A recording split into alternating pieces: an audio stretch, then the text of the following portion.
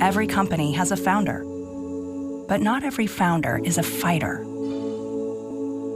Our story started with a decision, not a concession. A decision Andrew made as a teenager to fight an aggressive form of cancer by refusing meal replacement shakes full of questionable ingredients, and instead demand that real organic nutrition help fuel his recovery.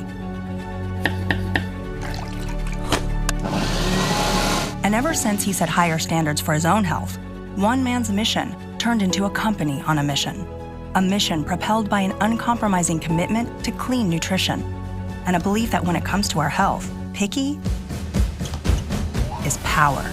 It's the power to understand that all protein is not created equal. The power to refuse average and expect amazing. So instead of reaching for any old protein, get picky and proud. Put your foot down. Stand up to low standards. Reject the idea that pretty clean is clean enough. A better protein is out there. We know it is, because we make it. You just have to be picky enough to demand it.